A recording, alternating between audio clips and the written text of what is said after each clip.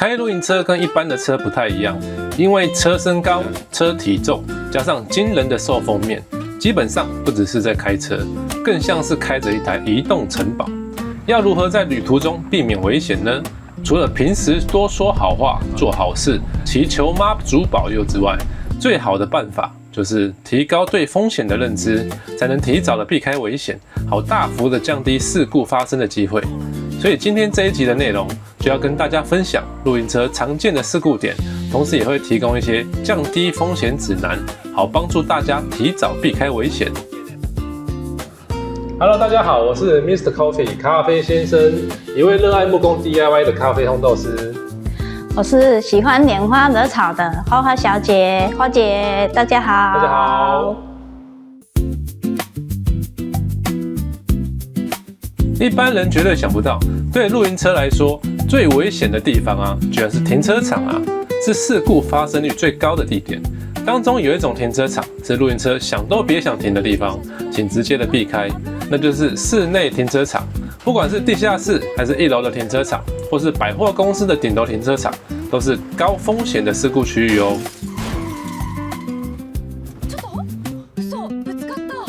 通常在停車場的入口前呢，都會有限高桿來提示高度。只是我們平常轎車開習慣的，都會直接忽視這根限高桿。但是露營車的車高大約是3米，加上太陽能板啊、換氣扇的高度，基本上就快要跟露營車差不多高咯。如果再給它忽視的話啊，就真的會來個硬碰硬，幫露營車練鐵頭功。然後有些室內的停車場啊，還沒有限高桿的，會直接把限高寫在牆上。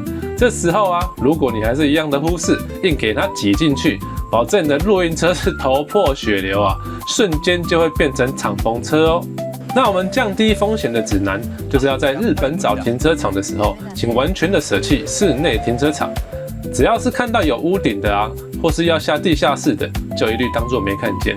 就算是百貨商场的頂樓啊，也是不要考慮比較好，因為頂樓的照明燈啊，也是充滿危機的。最好是乖乖的去找全戶外的平面停車場會比較安全，寧可多走幾步路，也不要拿車頂去硬碰硬哦。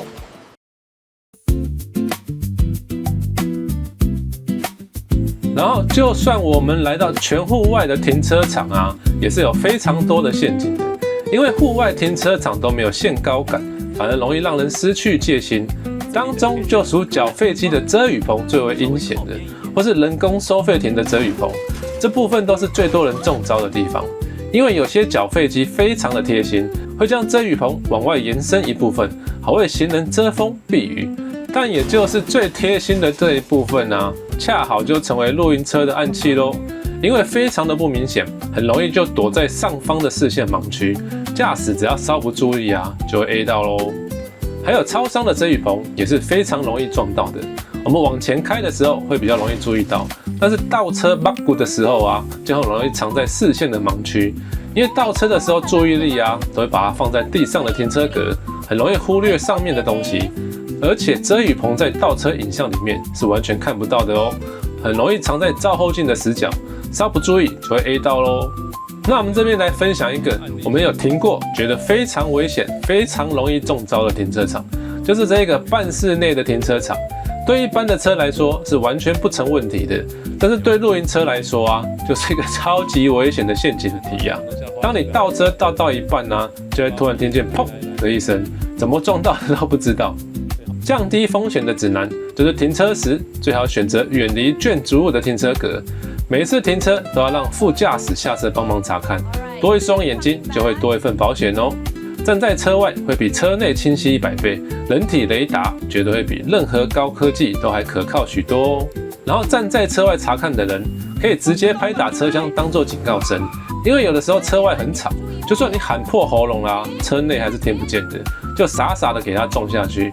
請直接拍打車廂，在車內就會聽得非常清楚咯。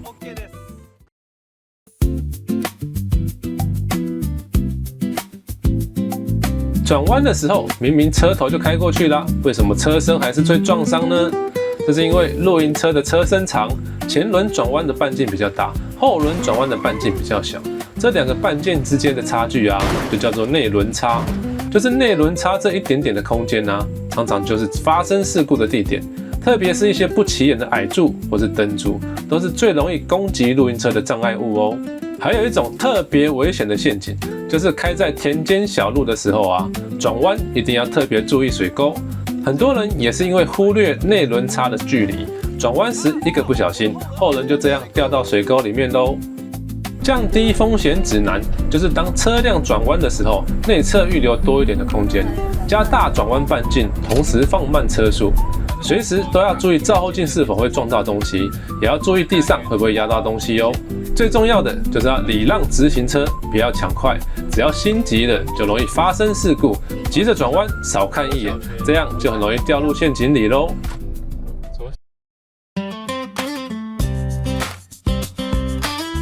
露營車從側面看，就像是一間房子，像一棟建築物，像一面巨大的牆，所以風阻是一般車輛的好幾倍。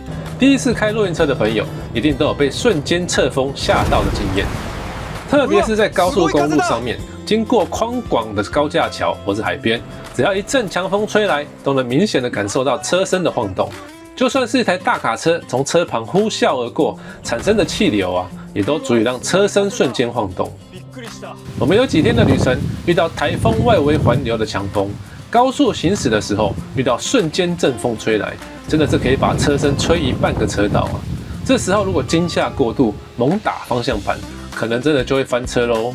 然後租車公司有給我們看露營車翻車的照片，會翻車絕對不是開玩笑的，因為車高3米，重心極高，只要車速過快，駕駛猛打方向盤的瞬間，很容易就會造成翻車。降低風險指南就是在高速公路行駛的時候，請收起你的黃金右腳，放慢車速，不要離車太近，好為自己創造出更多的反應空間。因為沒有人可以預測陣風何時會吹來。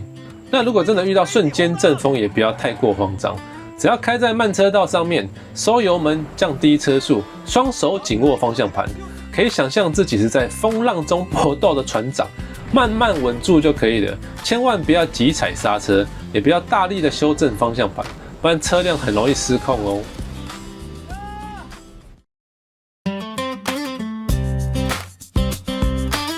很多人喜歡跟着 Google Map 探索秘境，或是想嘗試戶外野營，結果不小心就被帶到狹窄的叢林小路之中。這種人煙稀少的鄉間小徑啊，很少車輛路過，所以樹木枝葉都會非常的茂盛。這時候高人一等的露營車啊，就會像個割草機一樣，沿路拉扯樹上的枝條。因為路很小，所以就沒有足夠的閃避空間。只要不小心碰到一根比車頂更強壯的樹枝啊，馬上就可以把你的車頂撞破一個大洞。我們在小樽一處公園裡面就有路過一次，當時已經天黑了，進去公園的時候車燈也照不到上面，然後就突然聽見車頂一陣騷動，砰的一聲，心瞬間就涼了半截，然後就馬上下車查看，但是漆黑一片呢，也無可奈何。當時車還卡在樹林之中，進退兩難，不知道該如何是好，只能硬着頭皮繼續錄下去。慢慢把車切出來之後啊，才看到地上散落了不少樹枝。爬到車頂上查看之後，還好只是勾到車架，車身沒事，只是虛驚一場。降低風險指南就是歹路唔通行啊，條條大路你不走，地獄小路你硬闖，真的撞傷車頂的啊，也只是剛好而已啊。所以在規劃旅程的時候啊，請堅持走大馬路，神秘的鄉間小路是一律拒絕。畢竟露營車的車體巨大，秘境美景啊，小車也許可以輕鬆過，但是大車真的是想都不要想，比較安全一點。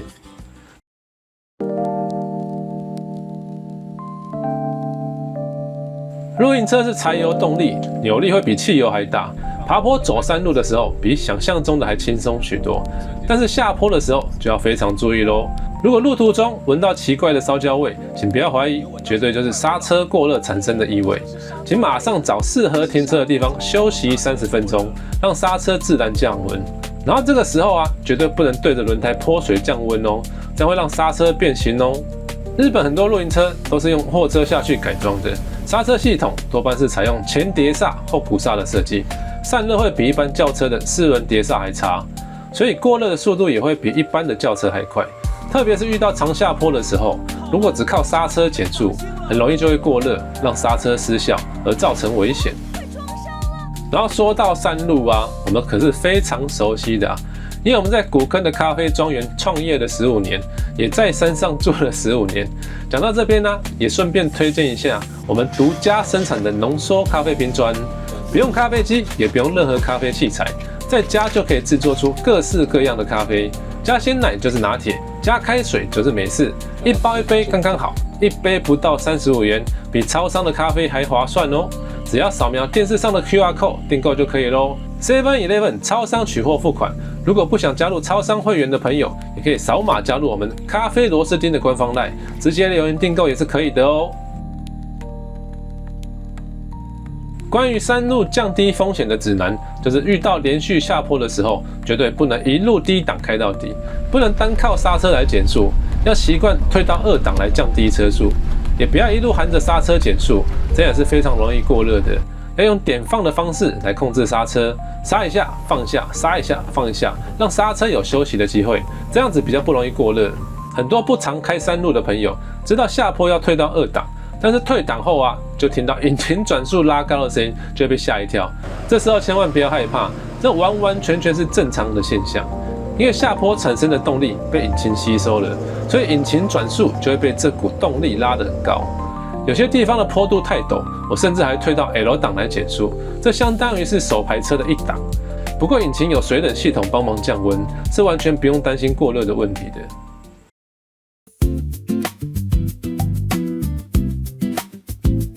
北海道在10月的時候就會開始慢慢的進入雪季，會一直下到隔年的4月份左右。這時候路面上的積雪對台灣的駕駛來說，絕對是前所未見的駕駛體驗。當中最危險的其實不是雪地，而是融雪後又結冰的路面，就是江湖人稱最陰險的黑冰路面。表面上看起來跟柏油路是沒兩樣的，但是開上路之後才會發現，路面會滑到像溜冰場一樣。一個不小心呢，就可能送你的露營車去路邊吃雪糕嘍。雪地開車降低風險的指南就是一個字：慢，要非常非常的慢，比老爺爺開的車還要慢。就要想象自己是開着一台剎車不靈的車在路上，全程都要與前車保持3倍長的剎車距離才行。我們前面有介紹，下坡的時候可以退檔來減速。這個方式啊，也適合用在雪地哦，就是可以先退檔，降低車速之後，再踩剎車停車，這樣會比直接踩剎車減速還安全許多。值得一提的是，因為行車速度很慢啊，所以在雪季安排旅行，路程至少要增加2到3倍的時間，所以就建議不要安排太遠的景點了，不然一路開車開到想睡覺啊，也是會增加事故風險的。我們沒有開過雪地，會想嘗試看看。但是啊，也只想開1天而已，因為我們2個人都很怕冷。雖然一片白淨無瑕的雪國世界很美啊，但是如果走到哪邊都是雪，看多了應該也會很膩吧。所以只會想小小體驗一次就可以了。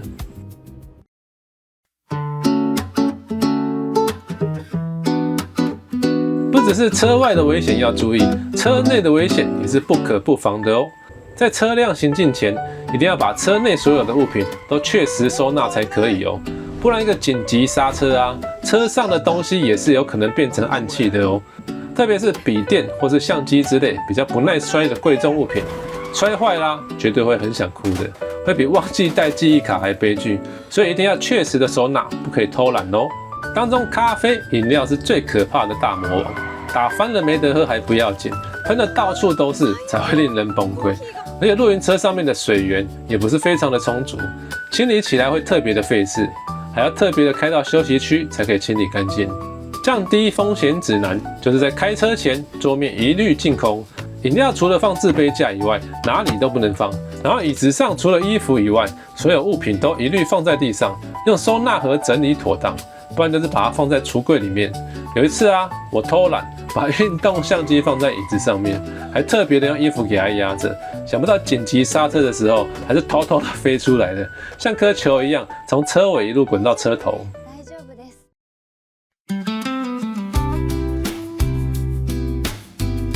那最後也想問問大家，如果滿分是10分的話，看完以上8種事故之後，去日本開露營車的勇氣還剩下幾分呢？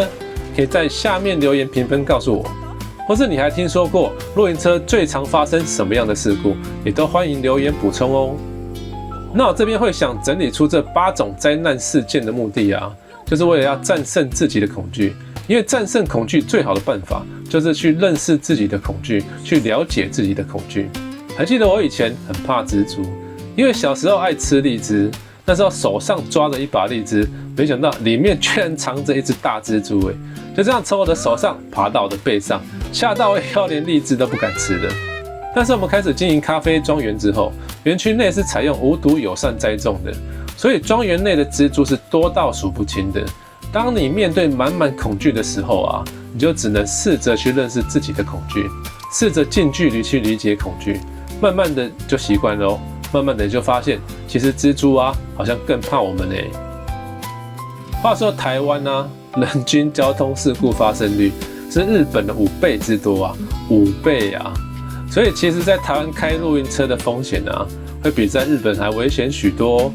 所以基本上我們去日本自駕旅遊，只要擔心自己不要去撞到別人就可以了，是不用擔心自己被其他人撞到的。相較之下，日本自駕旅遊應該算是非常安全的。不過擁有害怕發生事故的心態啊，這樣是比較好的。這樣當我們坐上駕駛座的時候，才會謹慎駕駛，不會心存僥倖的違規駕駛。沒有人會希望意外發生，如果真的不小心發生意外，也都會有保險可以將傷害降到最低。但是也不要以為把保險拉滿就等於吃了無敵星星咯，可以橫行無阻，絕對沒這回事。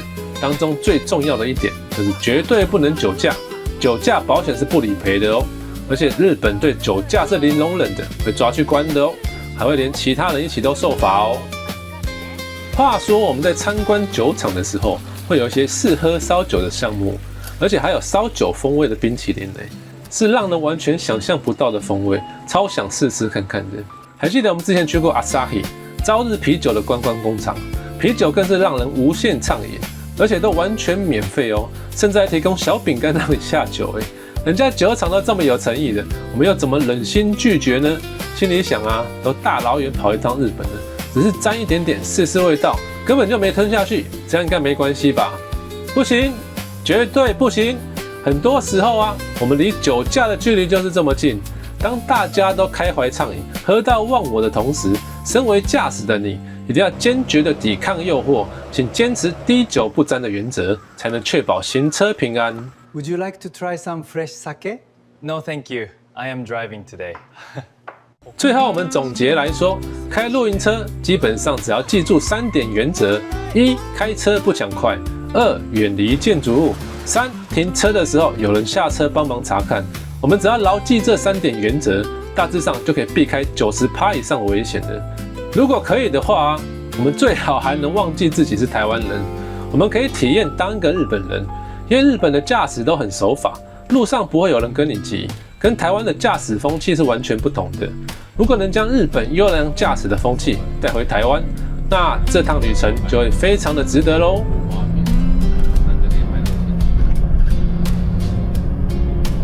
如果喜歡我們的影片，請記得按讚、訂閱、分享哦。